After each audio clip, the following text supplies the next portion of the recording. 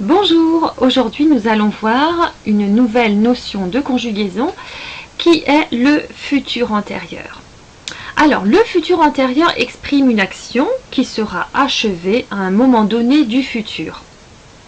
On dit que c'est le passé du futur, c'est-à-dire qu'il va y avoir une première étape qui aura lieu dans le futur antérieur, quelque chose qui se passe avant le futur. Exemple, quand j'aurai retenu mon billet par internet, je pourrai me rendre à la gare. Donc dans l'exemple ici, nous avons deux étapes. La première est quand j'aurai retenu. C'est-à-dire que la deuxième étape ne peut pas avoir lieu si la première n'est pas achevée. Donc quand j'aurai retenu, c'est ce qui se passe en premier. C'est le futur antérieur, première étape. Ensuite, vous reconnaissez dans la suite de la phrase « je pourrais me rendre à la gare ». C'est un temps que nous avons déjà vu, c'est le futur simple.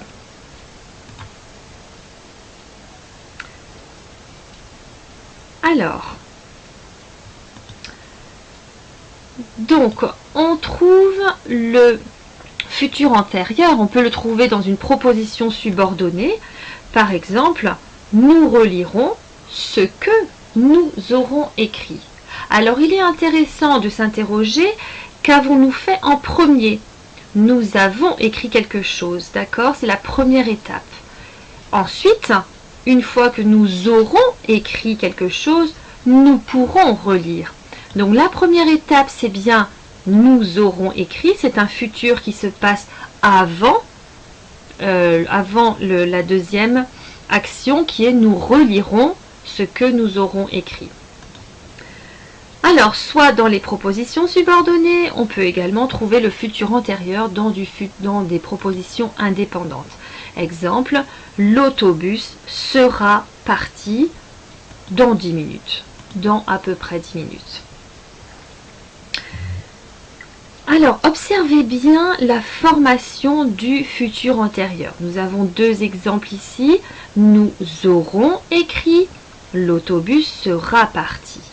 Donc, maintenant que nous avons vu l'utilisation du futur antérieur, nous allons voir comment il se forme. Alors, voici. On peut utiliser les deux auxiliaires, soit être, soit avoir. Ce qu'il faut retenir, c'est que le futur antérieur se forme à partir de la conjugaison de l'auxiliaire être ou avoir au futur simple. Exemple. Prenons l'exemple du verbe refuser. Refuser se conjugue avec l'auxiliaire avoir. Alors, qu'est-ce que ça va donner? Donc, nous allons avoir j'aurais refusé. Donc, remarquez ici, c'est l'auxiliaire avoir que j'ai conjugué au futur simple. Tu auras refusé, il aura refusé, nous aurons refusé, vous aurez refusé, il ou elle avec un S auront refusé. D'accord? Donc, pas vraiment de difficulté. On prend l'auxiliaire être ou l'auxiliaire avoir et on le conjugue au futur simple.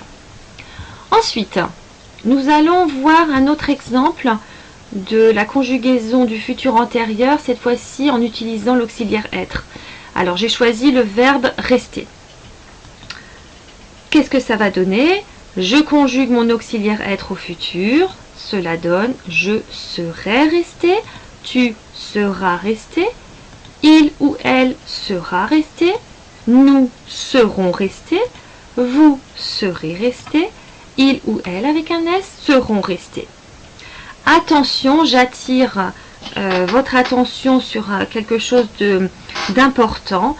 Rappelez-vous, avec l'auxiliaire être, il faut toujours accorder le participe passé avec le sujet.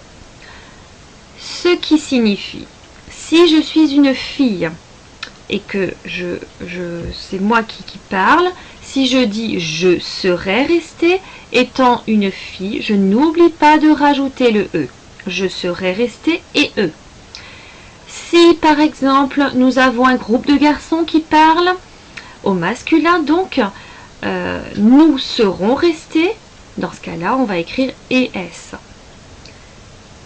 Alors attention au participe passé tout le long qui s'accorde avec l'auxiliaire être, mais ceci nous l'avons déjà vu quand on avait abordé le passé composé. Alors pour résumer, ce qu'il y a à retenir sur le futur antérieur, c'est que on utilise le futur antérieur pour exprimer une action qui a eu lieu dans une première étape, qui s'est déroulée dans le passé.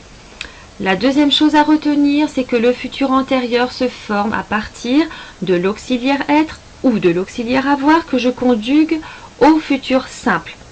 Et je rajoute évidemment le participe passé. Voilà, c'est tout pour aujourd'hui. Merci.